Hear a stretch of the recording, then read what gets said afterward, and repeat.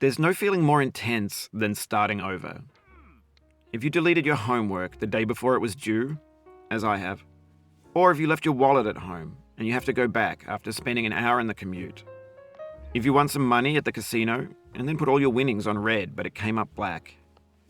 If you got your best shirt dry cleaned before a wedding and then immediately dropped food on it.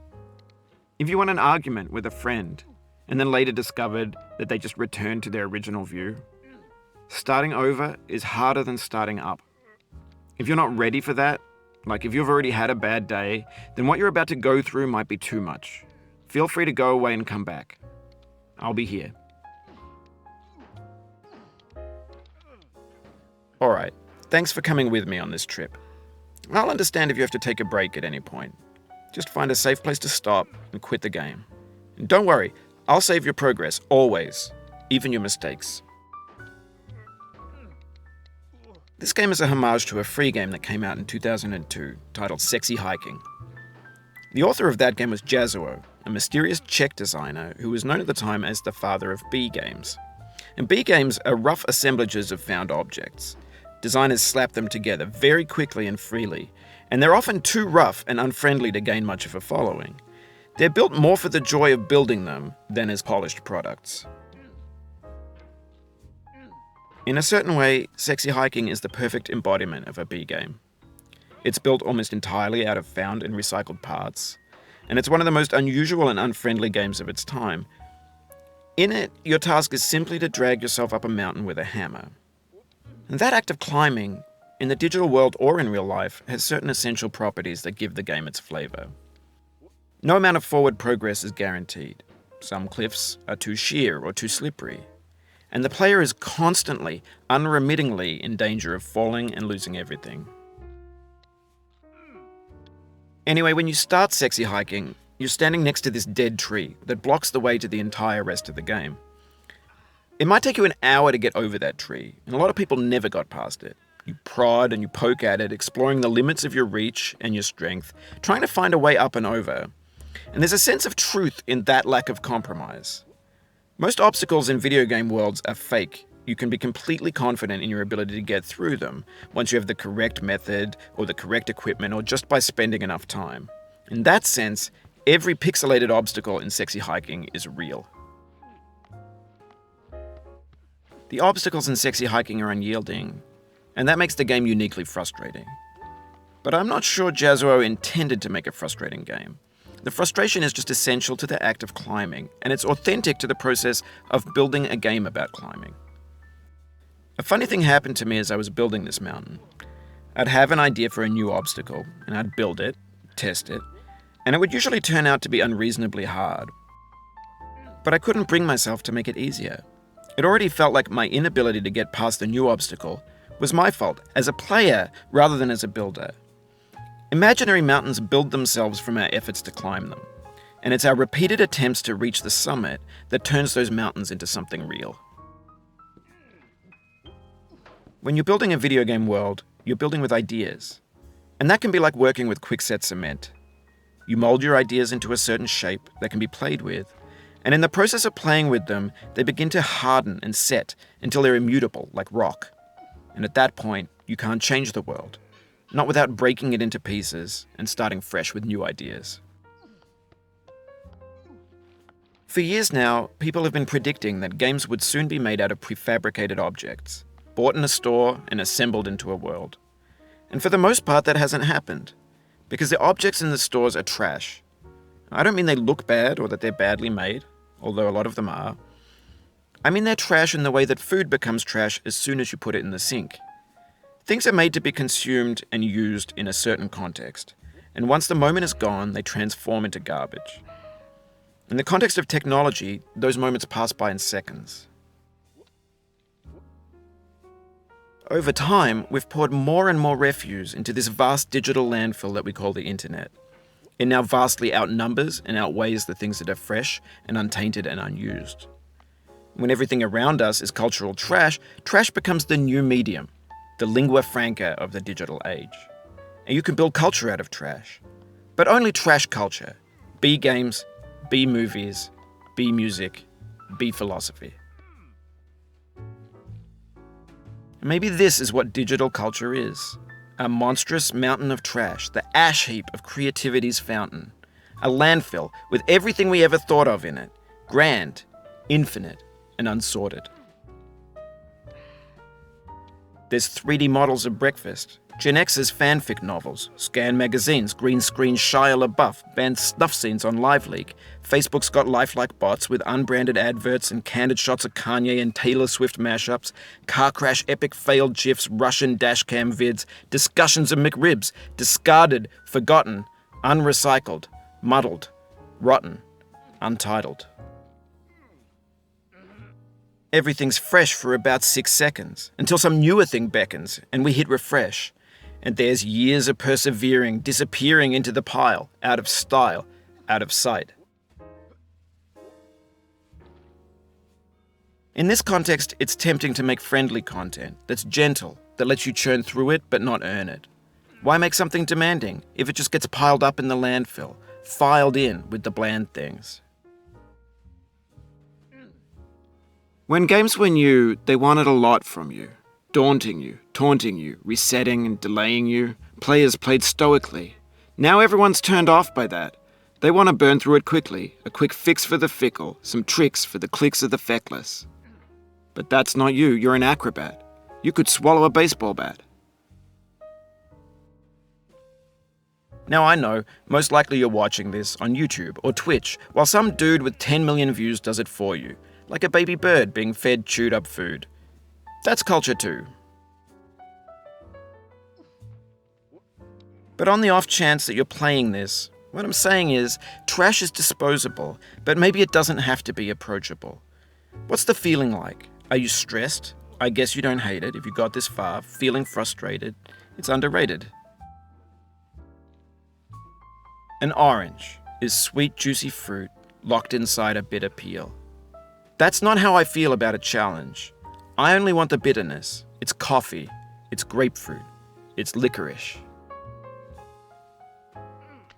It feels like we're closer now. Composer and climber, designer and user. You could have refused, but you didn't. There was something in you that was hidden, that chose to continue.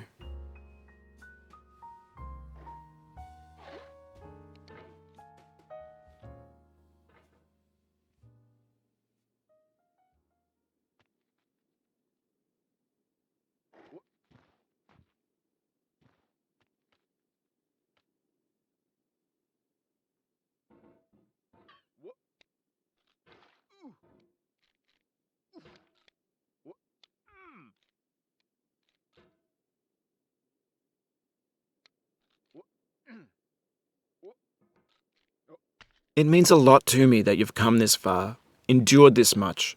Every wisecrack, every insensitivity, every setback you've forgiven me is a kingly gift that you've given me.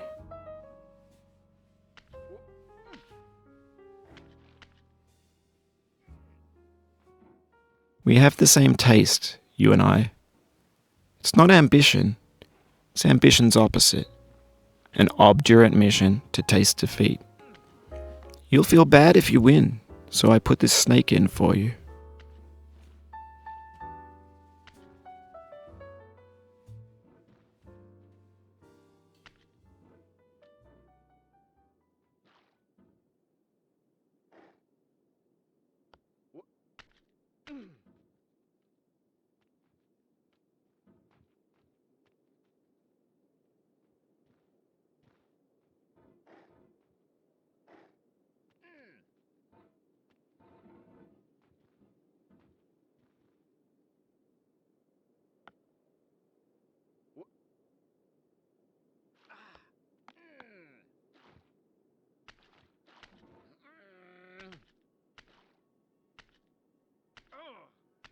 Have you thought about who you are in this? Are you the man in the pot, Diogenes? Are you his hand?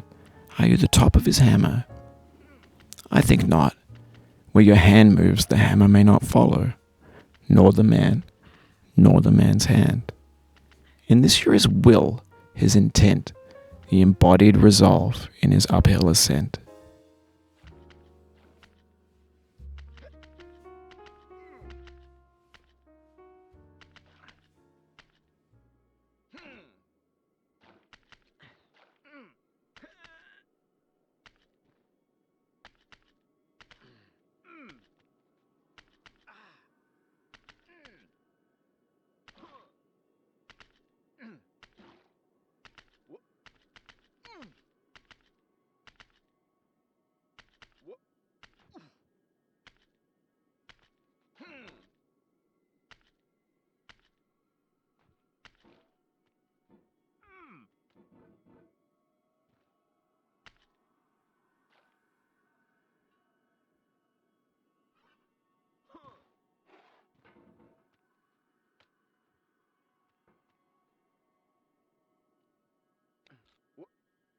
Now, you've conquered the ice cliff, the platforms, the church, and the rectory, the living room and the factory, the playground, the construction site, the granite rocks, and the lakeside.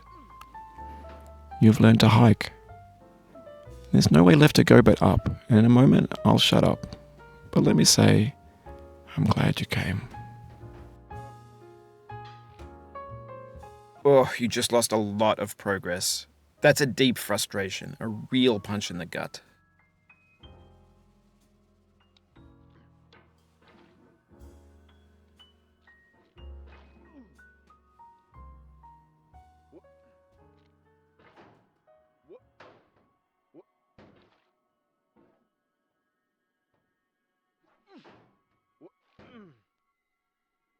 Oof, sorry about that.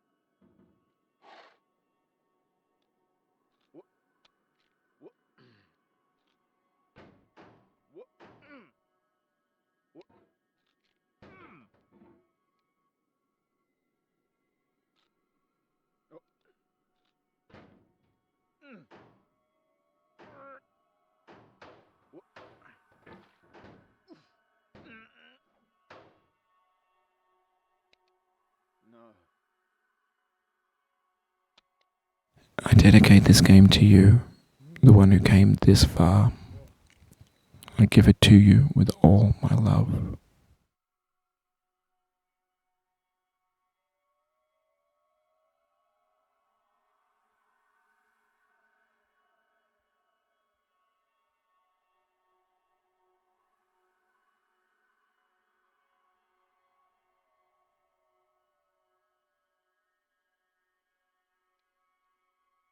Oh no.